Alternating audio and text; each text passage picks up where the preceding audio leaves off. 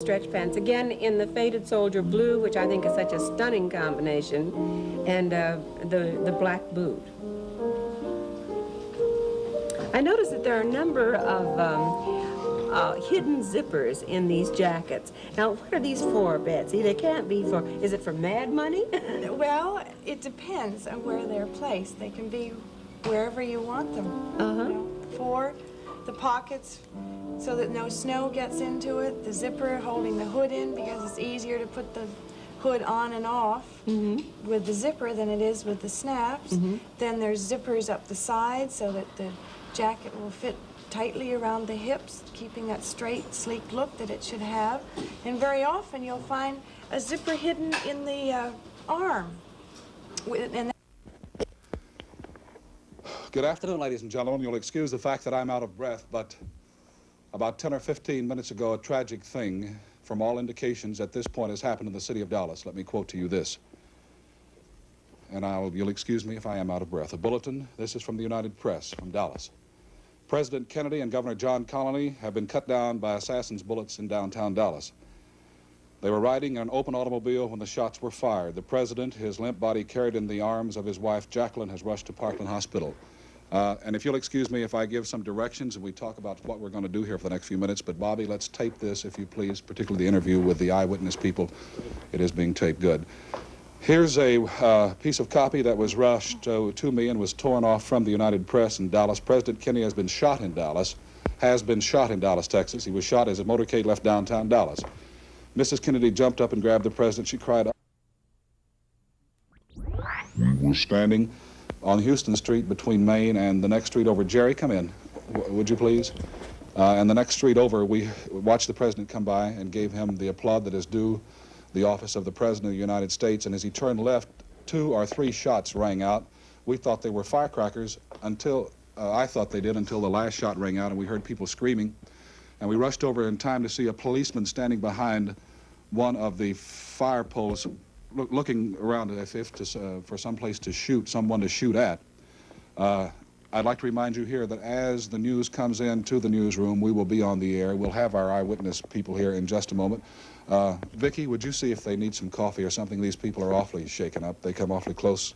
They were in the line of fire. Jerry? I remember, Jay, you said, I thought it was, you know, a firecracker or something like that. And then they followed one shot, and then a second or two later, another shot, and then another second or two, and then the third shot. And you said the man's been shot at, and we both turned. No, I said, my God, that's gunshot. That's right. Oh. And then we turned right over, we were behind the... Bobby, why don't you just take your shot over there and pan around, and we will walk over and pick up the audio.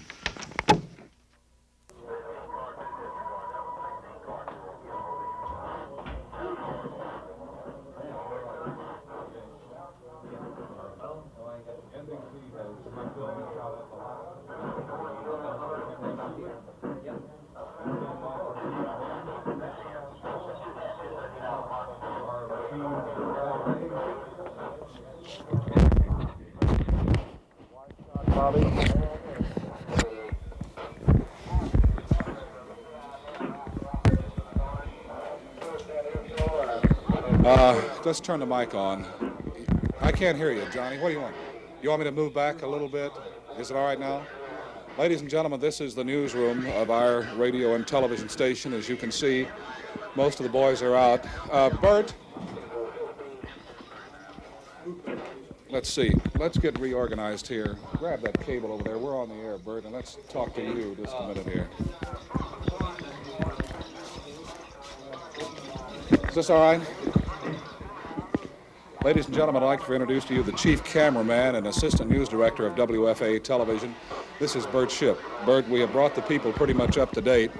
Would you tell them exactly what you know as of this point? Well, Jay, I was standing at the Trade Mart waiting his arrival there. All of a sudden, we saw them approaching. They didn't slow down. As a matter of fact, they were going 70 or 80 miles an hour past us. Everybody was unknowingly, didn't know what happened there at the Trade Mart. And then I jumped in a police car and went to Parkland. When I got there, I found that that nobody knew too much about where he was hit, but they knew that the president was shot in the head. This is what I've been told now, Jay. The president was shot in the head. Connally was shot in the chest. Both of them are still alive when I left the hospital.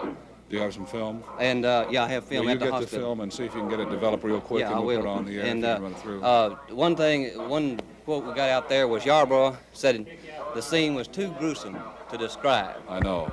And I've spent most of my time, so I'm going to get the film ready now. Good. Ladies and gentlemen, let me bring you up to date. Jerry Haynes and I were within about 100 yards of where the president was shot. No, they're queuing up the film now that Bert took at Parkland Hospital, as I understand it. Jay, it's going to start out of some brief scenes at the Market Hall, or at Trade Mart, where the president was due to arrive. It's about probably a mile from the scene of the downtown shooting. And, of course, we had no word at Market Hall as to what went on downtown. Roll the film. And it was a complete mystery. The police didn't even know. But we knew, as you'll see about halfway through the film, the police went on past the Market Hall area, or Trade Mart rather, and on it to Parkland Hospital. Bob, whenever you're ready, go ahead and roll and let's see what we got. Excuse me. No. Oh, this is a shot. There we go. Here's Market. There's Market Hall. Trade Mart is right across the street from there. They had a big welcome sign for the president there at the corner of Industrial and Stemmons. It says, "Welcome, Jackie." And Now, this was the place where the president was supposed to make his speech. Here's at 1 some o'clock. a gentleman carrying signs. I guess you'd call them gentlemen. They had these signs. They wasn't causing any trouble. They were run off moments after this, told that there was private property and they couldn't be around there. And they wouldn't talk to us other than they said their signs spoke for themselves.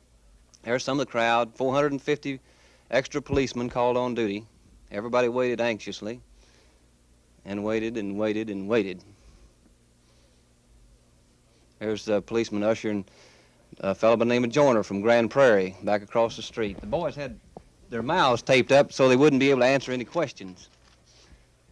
Now there goes the president on up the hill there. He's been, this is after we found out there was something wrong. And speeding past. Yeah, and here's the disappointed crowd left there at the Trade Mart. I went up on the roadway there to ask some policemen. Here we go to the hospital. There's homicide detectives in front of us. There's Parkland Hospital. There's the entrance. Police cars all over the place. There is Congressman Wright. He's teary-eyed, as you could imagine. And there's the presidential limousine, the Secret Service men shaking it over. There's Wright again. Wright and Yarborough. There's the Secret Service man is taking its type of a mattress or something out of the back of the car there. There's Chief Curry. He just couldn't believe it. He had put everything he had into this visit and gave the men all types of instruction. There's inside of a car. I don't know, well, that must have been Conley's car. There's some more shots of everybody waiting expectantly. At this time, no one knew anything. Then there goes Ms. Lincoln, the president's press secretary, inside. And there's Yarborough again, Senator Yarborough, and he says the sight was too gruesome to describe.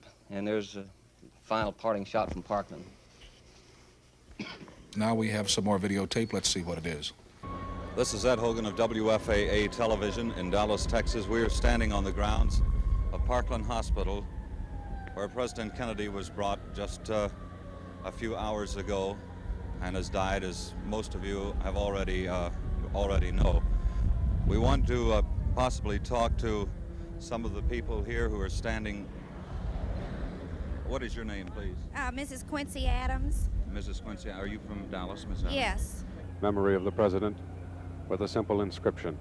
Bob Walker, WFAA TV, Dallas, Texas. Interrupting. There's been a shooting at Dallas Police Station as Oswald was being transferred. For details, Bill Lord, ABC at City Hall. Bill. Just 1 minute ago, they were bringing Oswald out. He had apparently changed clothes. He was just going out the door, heading towards the armored car, and there was a bang. We believe it was a shot.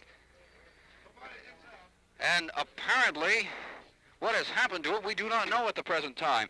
Policemen rushed to the scene, attempting to ascertain what had happened. Photographers were taking pictures. Is there someone down on the floor over there?